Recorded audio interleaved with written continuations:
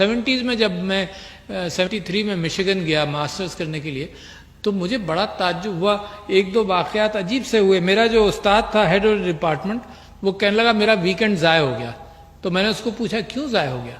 کہنے لگے اس وجہ سے ضائع ہو گیا کہ میں اپنے باپ کو ایک اولڈ ہوم سے دوسرے اولڈ ہوم میں جا کر میں نے اس کو ٹرانسفر کیا. اور میری آنکھیں پھٹی کی پھٹی رہ گئیں کہ 73 میں جب وہ زمانہ آ رہا تھا کہ اس نے کہا کہ میرا ویکنڈ ضائع ہو گیا کیونکہ میں نے اپنے باپ کی یہ خدمت کر دی.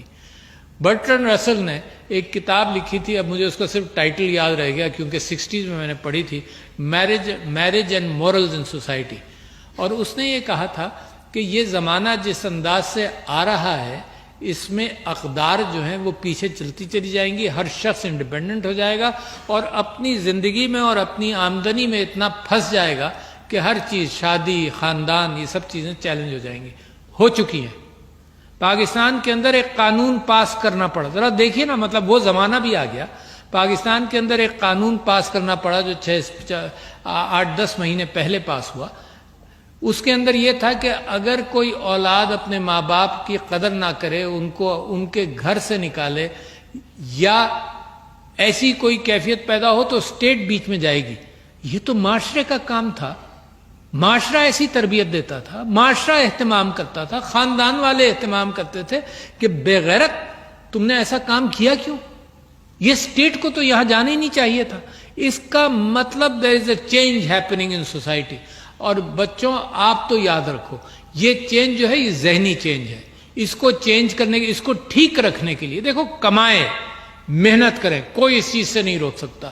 مگر جب محبتوں کو نکال دو گے اپنی ریلیشن شپ سے تو خود بھی پریشان رہو گے, خود بھی سٹریس میں رہو گے اور معاشروں کے اندر وہ تناؤ پیدا ہوگا کہ اپنا میں اکیلا میں زندگی گزار سکتا ہوں. نتیجہ کیا ہے؟ Let me mention to you something which came to my knowledge only about 1 or 2 months ago, اور میں نے اسمبلی کے اندر جو تقریر کی اس کے اندر بھی اس بات کو شامل کیا.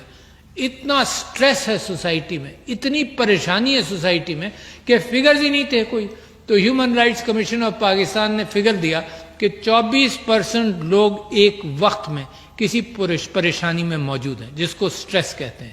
یہ دوسری بات ہے کہ اگر اس پریشانی میں ان کو گھر میں لوگ شیئر کر لیں, گھر میں دیکھو جوائنٹ فیملی میں ایک خوبصورتی تھی, گھر میں لوگ شیئر کر لیں. جب اکیلا ہو جاتا ہے تو کسی سے شیئر بھی نہیں کرتا, گھر میں لوگ شیئر کر لیں تو وہ پریشانی کم ہو جاتی ہے.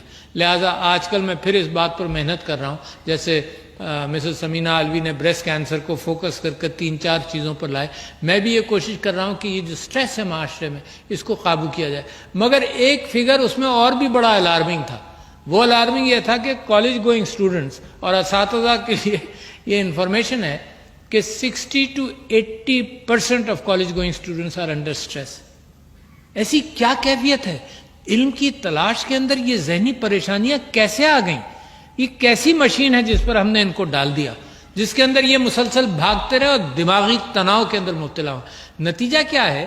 یہ فارمیٹیو ایئرز کے اندر ہم نے ان کی مشین, روزی کمانے کی مشین کے اوپر ان کو اتنی ایکسرسائز کروائی کہ زندگی بھر ایسے ہی زندگی گزاریں گے, صرف روزی کے پیچھے بھاگیں گے.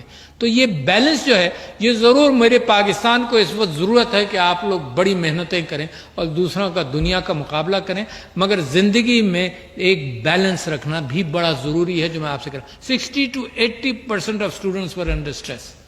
اور جو آپ اخبار میں کبھی کبھی خبریں دیکھ لیتے ہیں نا کہ ماں نے بچوں کو مار دیا, یہ ہوا, یہ تو صرف وہ بامز ہیں جو ٹپ آف دی آئس برگ پہ جا کر ایکسپلوڈ ہوتے ہیں. باقی معاشرے میں جو کچھ ہو رہا ہے وہ میرے لیے اور آپ کے لیے پریشانی کا باعث ہے.